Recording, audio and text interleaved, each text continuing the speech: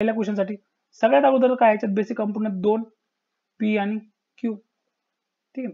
आता याच्यानंतर काय करायचं, लेफ्ट टू राईट पास व्हायचं. आता लेफ्ट टू राईट जातं काय, पी इम्प्लाइज क्यू ब्रॅकेट मध्ये दिलेलं आहे, म्हणजे आपलं काय करावं लागेल, पी इम्प्लाइज क्यू घ्यावं लागेल.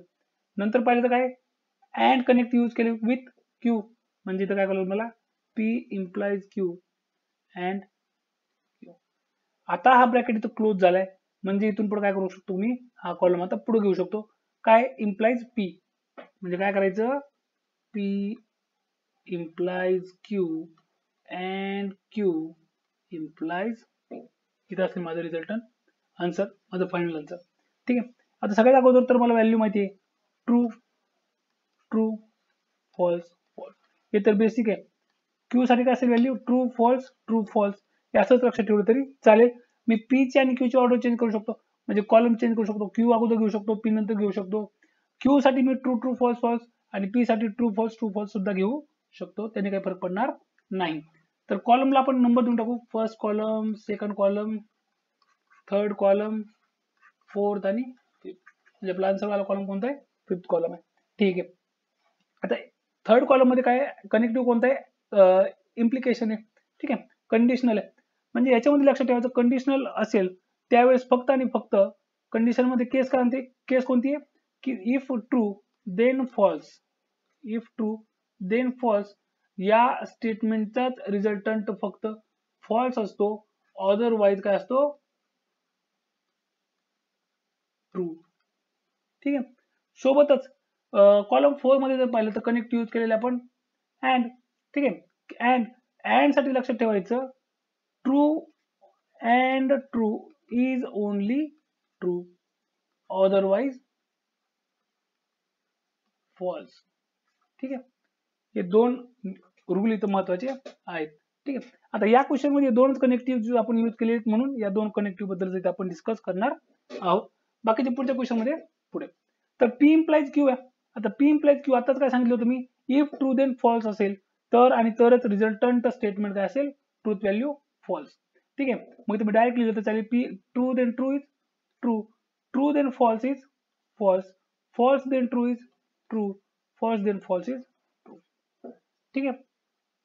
आता चौथा जो कॉलम आहे माझ्या, तो चौथा कॉलम काय आहे, चौथ्या कॉलम साठी मला तिसरा कॉलम आणि दुसरा कॉलम या दोन कॉलमच्या ट्रूथ व्हॅल्यू काय करायच्यात, यूज करायच्यात.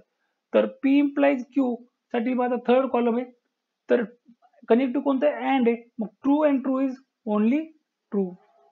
ठीक आहे.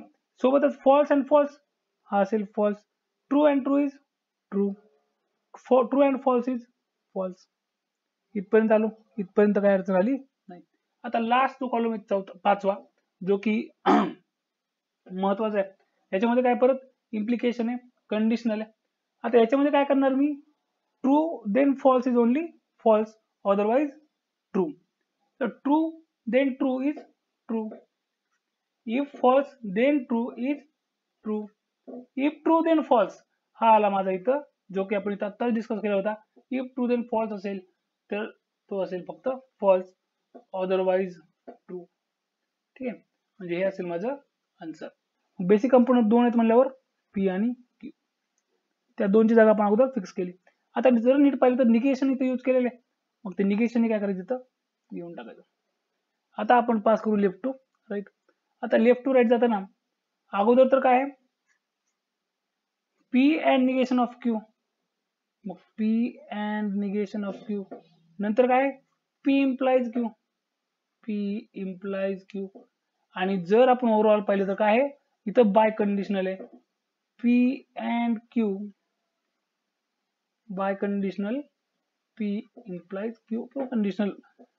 हा असेल माझा फर्स्ट कॉलम, हा असेल सेकंड, हा असेल थर्ड, हा असेल फोर, हा असेल फिफ्थ आणि हा असेल सिक्स. ठीक आहे. म्हणजे मागच्या एक्झाम्पल पेक्षा एक कॉलम एक्स्ट्रा, पण बेसिक कंपोनंट दोनच आहेत. मग रो ची संख्या किती असेल, 2⁻², दॅट इज 4. मग 4 अरेंज कसं करणार, true true false false. Same आता ट्रू क्यू मध्ये काय होणार, ट्रू फॉल्स ट्रू फॉल्स. ठीक आहे. इथे काय होईल, निगेशन ऑफ क्यू आहे. ठीक आहे, निगेशन ऑफ क्यू आहे. हा या या या प्रॉब्लेम मध्ये आपण पी आणि क्यू काय करू शकतो, चालेल, इंटरचेंज केलं तर चालेल. False true false true. आता इथं चौथा जो कॉलम आहे याच्यामध्ये काय पी आणि निगेशन ऑफ क्यू मध्ये कनेक्टिव्ह यूज केलेले त्यांनी अँड. आता अँड मध्ये मला माहिती आहे फक्त आणि फक्त जे दोन्ही स्टेटमेंट ट्रू असतील त्यावेळेस फक्त रिझल्टंट ट्रू असणार आहे, otherwise false. True false false, true true true, false false false, false true false. आता इम्प्लिकेशन मध्ये काय असतं, if true then false is only false, otherwise true. मग इथं काय आहे, if true then true is true, if true then false is false, if false then true is true, if false then false is true.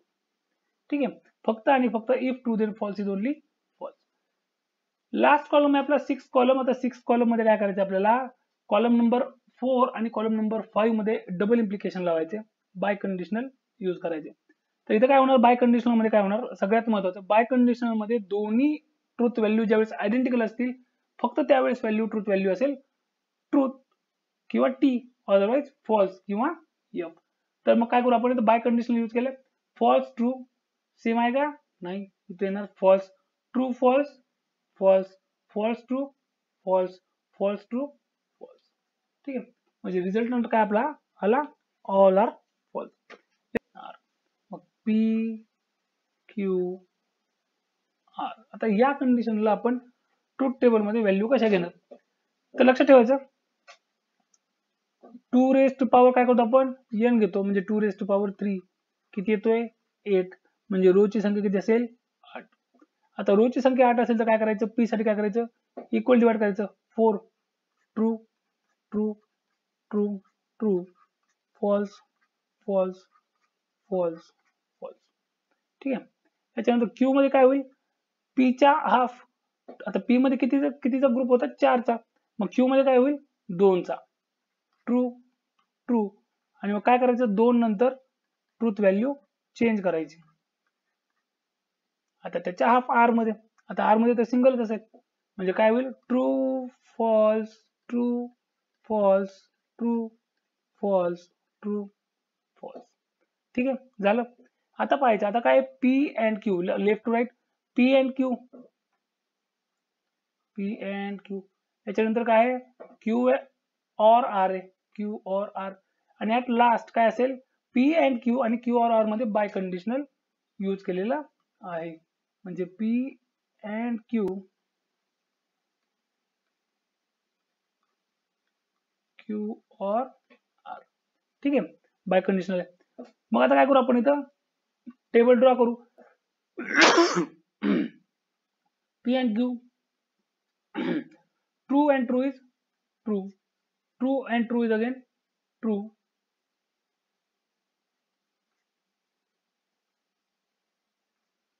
परत true and false असेल false, म्हणजे खालच्या सर्व values आपण डायरेक्ट फॉल्स घेतल्या तरी चालतील, कारण आता दोन्हीकडे आपल्याकडे ट्रू येणार नाही.